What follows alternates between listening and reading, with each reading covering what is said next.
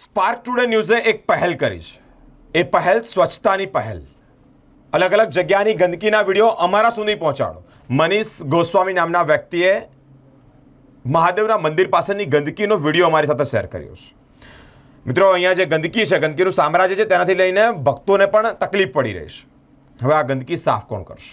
એની પહેલ, એક મુહિમ અમે ઉપાડી છે. હમણાં જ સીમાબેન ધારાસભ્ય દ્વારા આનું લોકનિર્માણ કરવામાં આવ્યું હતું. લોકનિર્માણ કરતા આ કચરાની હાલત છે. અહીં કોઈ સાફ કરવા આવતું નથી. વારંવાર રજૂઆત કરવા છતાંય અહીંયા કોઈ સાફ કરવા આવતું નથી. બીજી વસ્તુ કે અહીંયા ભક્તો લોકો આવતા રહે છે, તે દરમિયાન લોકો ફરિયાદો કરતા રહે છે. બીજી વસ્તુ કે અહીં ઠેક સુધી પેવર બ્લોક નાખ્યો છે, પણ આ ભાગ છોડવામાં કેમ આવ્યો છે એ ખબર નથી. પણ એના ઉપપ્રમુખ બી આ વિસ્તારના છે અને મહામંત્રી બી વોર્ડ નંબર 12ના આ જ વિસ્તારના છે.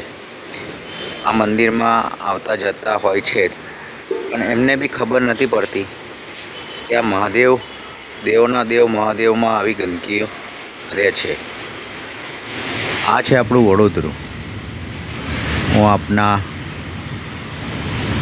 સોશિયલ મીડિયાના માધ્યમથી આપને જણાવવા માગું છું કે વહેલી તકે આનો નિકાલ લાવો અને આ જે બ્લોક બાકી છે એ વોર્ડ નંબર 12ના કાઉન્સિલરને વિનંતી કરું છું કે આ થોડુંક કામ બાકી રહેલું છે તે કરી આપવા મહેરબાની કરશો, જેથી કરીને મહાદેવની શોભા વધે.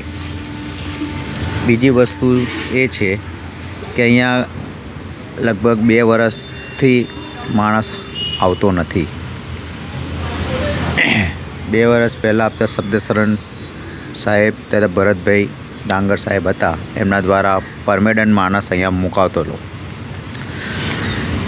આ વિસ્તારમાં મસ્જિદો આવેલી છે, દરગાહ આવેલી છે, એ બધું ક્લીન રહે છે, પણ દેવોના દેવ મહાદેવમાં આવી ગંદકી રહ્યા કરે છે. એટલે મારા સર્વે વોર્ડ નંબર 12ના સભ્યોને વિનંતી કરું છું કે આની રજૂઆત જલ્દી કરો અને આને કાયમી ધોરણે સોલ્યુશન લાવો, જેથી કરીને આ મહાદેવની ગરિમા જળવાય. સુંદર સીમાબેને કામ કરેલું છે, તો સીમાબેનનું કામનું યોગદાન એમને આપ્યું છે, પણ આપણે એને કેવી રીતે પ્રોત્સાહન કરાય એ આપણે જોવાનું છે.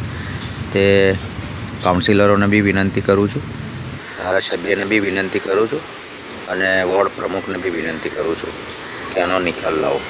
વંદે માતરમ. ભારત માતા કી જય.